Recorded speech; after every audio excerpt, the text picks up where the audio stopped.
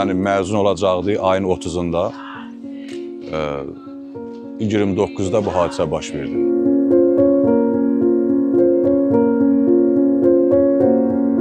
Fatimə çox gözəl evladı idi.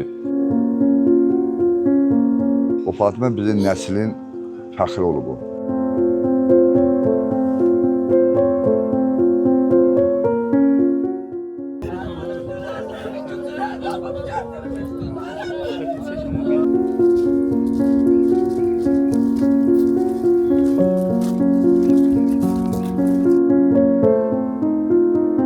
Mənim qızım 2003-cü ildə Ukraynanın Xarkov vilayətində doğulub və orada da orta təhsilini alıb, Ukraynada alıb. Orta təhsili bitirdikdən sonra da Tibb Universitetinə daxil olub.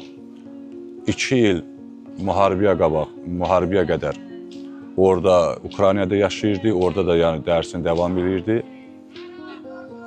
Müharibə olduqdan sonra, yəni qaçqın məcburiyyətdən biz Almaniyaya yerləşdik.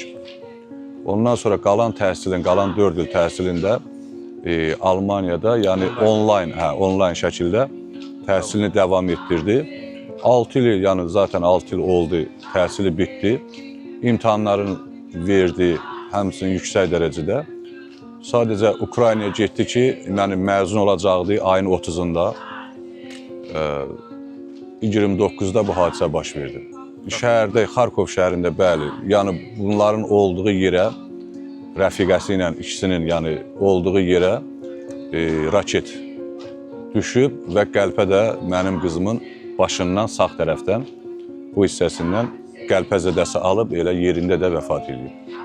Ailədə 3 uşaqdılar, 2 oğlan, 1 qız. Fatimə çox gözəl evladı idi.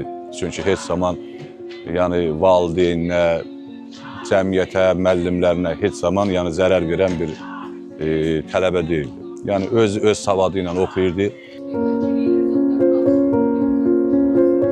Fatiməni mən əmi kimi öz balalarımdan da çox istəyirəm. O Fatimə nəinki mənim. O Fatimə bizim nəslin fəxri olub o. Həm hərəkətləri ilə, həm davranışları ilə, həm aldığı təhsillə, istər universitetdə, istər orta məktəbdə, onun aldığı savad, 5 dil bilməsi, İngilis dilində sərbəst, Alman dilində sərbəst danışırdı, Ukrayna, Rus dilində, Türk, Azərbaycan da bu adam, yəni mən hal-hazırda danışdığım kimi danışırdı.